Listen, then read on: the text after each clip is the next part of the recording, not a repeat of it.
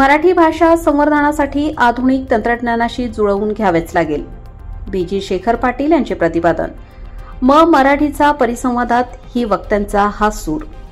मराठी भाषेला अभिजात भाषेचा दर्जा मिळाला ही अभिनंदनीय गोष्ट आहे.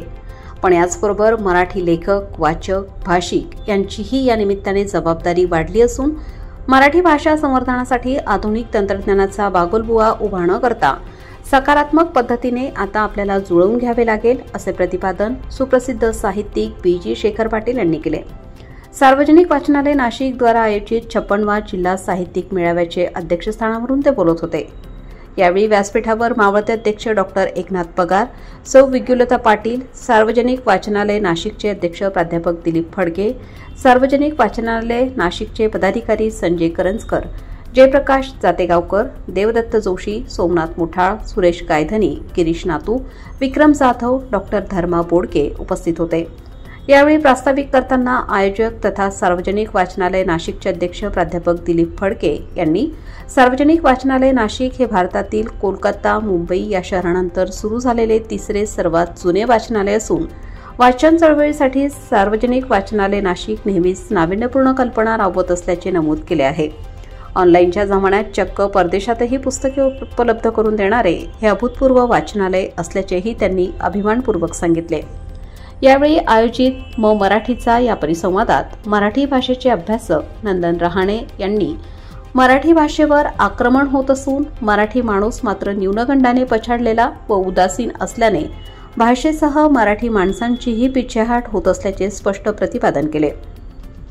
नाशिकचे माजी उपमहापौर गुरमीत बग्गा यांनी मराठीला अभिजात भाषेचा दर्जा मिळणं हा हक्कच होता असे नमूद करतानाच मराठी भाषा संवर्धनासाठी शासन आजही पुरेसे प्रयत्न करत नसल्याची खंत व्यक्त केली. इंग्रजीला पर्याय नाही हे जरी खरे असले तरी अनावश्यक तेथेच तोम माजवण्याची गरज नसल्याचे सांगत सेमी व इंग्लिश मीडियमला अनुदान न देता कर लावून त्या पैशात मराठी शाळेचा दर्जा उंचवावा, महाराष्ट्रातील परप्रांतीयांसाठी मराठी भाषेचे वर्ग, परराज्यातील मराठी भाषिकांच्या पुढील पिढीवर मराठीचे संस्कार आदी उपाय सुचवले. यावेळी सार्वजनिक वाचनालय नाशिक आयोजित कवी गोविंद काव्य स्पर्धा, अवावर्टी कथा स्पर्धा, कैलासवासी चंद्रकांत महामिने विनोदी कथा स्पर्धा आदी स्पर्धा विजेत्यांना पारितोषिके वितरित करण्यात येऊन सन्मानित केले गेले.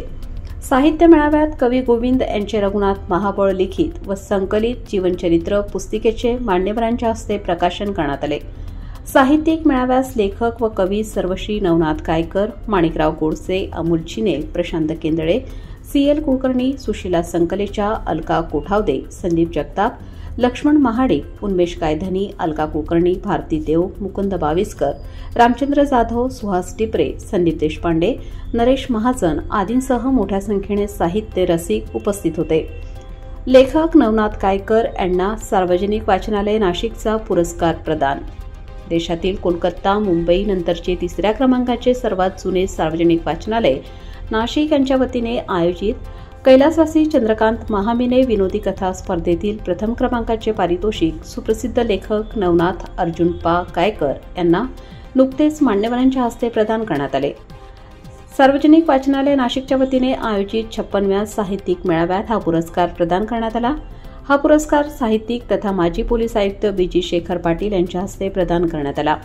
यावेळी व्यासपीठावर सार्वजनिक वाचनालय नाशिकचे अध्यक्ष प्राध्यापक दिलीप फडके यांच्यासह पदाधिकारी विक्रांत जाधव, संजय करंजकर, जयप्रकाश जातेगावकर, सुरेश गायधनी आदींसह अनेक मान्यवर हजर होते. गायकर यांच्या यशाबद्दल अनेक साहित्यिकांसह मान्यवरांनी अभिनंदन केले आहे. लोकमान्य न्यूजसाठी संचालक लक्ष्मीकांत शिंदे, नाशिक.